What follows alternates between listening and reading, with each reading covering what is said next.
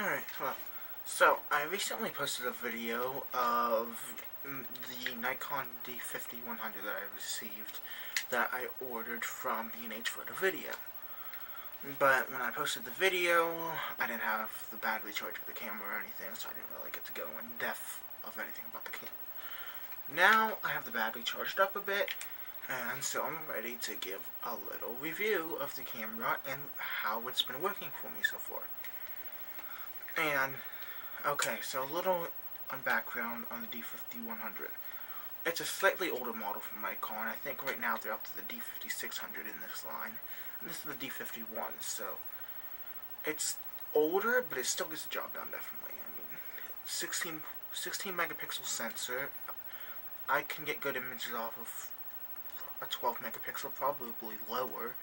I mean, you can probably get a good image off just about any sensor if you just know what you're doing, and if you're not trying to make huge prints or something. For social media, you can probably get a good image off of 1 megapixel or lower even. I haven't tried it though, so don't take my word on it. Now, about the camera. It's an APS-C sensor inside of a mostly plastic body, as you can see. I bought it from B&H Photo Video, and it came with an 18-55mm kit lens. This is the 18-55mm AF-SDX micro lens. It's a G-series lens. It's a variable aperture lens with the apertures ranging from 3.5 at the wide angle end and 5.6 at the telephoto end. Not really the best lens, but it works for a beginner like me. I hope to eventually get some better lenses. I know eventually I want to get the nifty 50mm f1.8. That's what I want to get. That's going to be my next lens, I hope. For now, I just have this, and of course all the manual focus lenses that I own. I think I have. Well, I don't own them personally. My school owns them, and I just use them a lot. Okay, so the camera. Alright, turning it on, I have it set here. It's just on no flash auto mode. And I'm just going to snap a quick picture of my camera here, my video camera.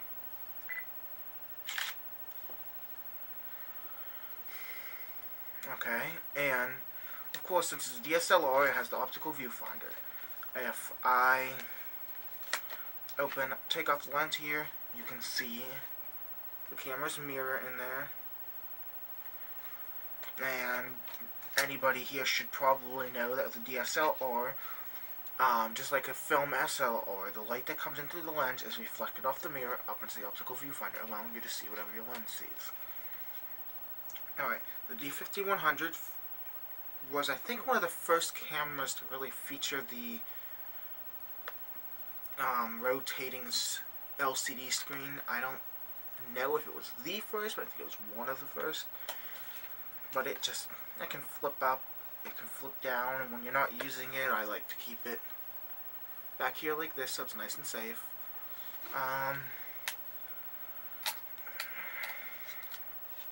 Of course, auto mode, I don't like to use it too much. And that's not just because of this camera, that's on any camera. I don't like to use auto mode any more than I have to. I like to either stick to aperture priority mode, shutter priority, or manual. I very rarely use the auto mode. But it's there if you need it. If you're really just starting out and you don't know too much, it's a good place to start. It has several scene modes. I'll just start and list a couple of them here. Portrait mode, landscape mode. I don't know what this mode is called. Give me a second. It doesn't say what it's called, but it's like a little symbol of a kid. I don't know if you can see it there. The next one's sports. And then macro. Which of course isn't really meaning anything if you don't have a macro lens on the camera, which I don't. Then there's an effects mode, which you can basically swap through effects like miniature effect, selective coloring, silhouette, high key, low key, night vision, color sketch, manual mode, aperture priority, no, I'm sorry, yeah, aperture priority mode, shutter priority mode, programmed auto, auto with no flash, and then we can go into some of the other scene modes that aren't offered here on the dial, but are just offered under the scene dial mode, which I'll just list some: pet portrait, candlelight, blossom, autumn colors, food, night portrait, night landscape, party, beach, sunset, dusk / dawn, and then we just go back into the scene modes. The autofocus on this is okay. I mean, like I said, it's an older camera. I think it only has either 9 or 11 autofocus points. And it's not the fastest. I'm not going to try and say that it doesn't autofocus like that. It takes a couple seconds, but I don't need a fast autofocusing camera. I don't need like the Nikon D5 that focuses faster than you could press the button.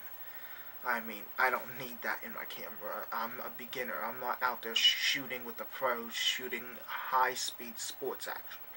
I don't need a super fast camera like that. The D5100's autofocus is perfect for me. I mean, I wouldn't mind having something a little faster, but I don't need it, so I'll stick with this. Of course, like any other DSLR, you usually have your function button. On here, it's over to the side here. This is your function button. You can set your function button to control a number of things. It'll come set up to activate your timer mode, but I don't use that too much, so I changed that so now if I hold it and just turn my wheel here, it lets me change my ISO sensitivity, sorry.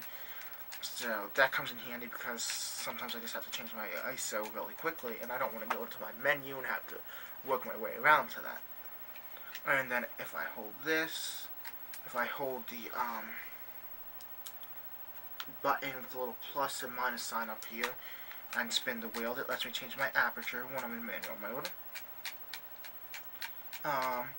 I always keep it set so that it shoots in JPEG Fine and RAW mode, meaning that it automatically saves two files. It'll save a JPEG file and it'll save a RAW file, which in Nikon file formats, the RAW file saves as an NEF file, which each company has their own type of RAW file usually.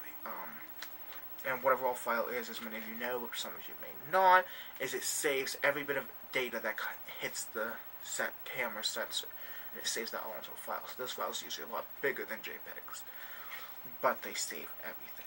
I'm trying to think what else here.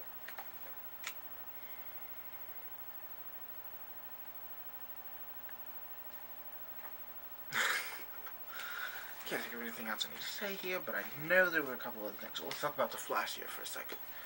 Honestly, I hate the flash on this thing. But I hate the flash on just about any camera. The on-camera, these pop-up flashes are horrible. Every picture I get, if there's a person in it, their eyes are red. No matter what I do with this flash on here, their eyes are red. It's too close to the lens, and even if you put on the red eye reduction mode, you're still going to get red eyes. There's just nothing you can do about that. Unfortunately, that's the truth. Alright, now let's go into some of the camera's features, I guess. Like I said, the flippy screen. It actually has come in handy. When I first got the camera, I actually kind of wanted to take a couple pictures of myself to test the camera, so of course I just kind of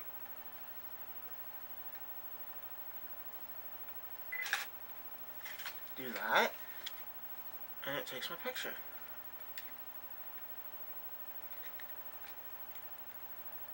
Kind of see it's really dark because I don't have it set up. I didn't change the settings to match this room right now, and it's not very good lighting in here.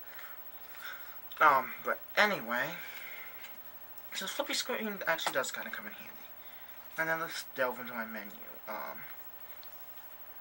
Right up, you'll see there's 6 different tiles for menu settings. There's playback, shooting menu, custom settings menu, setup menu, retouch menu, and recent settings. And you can probably guess by the names of them what you can do in them. Now, on top of your camera here, you have, of course, your... I'm going to get up here a little closer. Here's your mode dial. Your shutter button. Oops. Is right here. Halfway to focus. Full way to take a picture. Off and on button. Okay. For video. Let me just show you. I haven't used this for video yet. I want to give it a try, and I'll upload a sample video when I do. But, to shoot a video, first what you have to do is switch to live view mode. On this camera, in order to do that, you have a lever.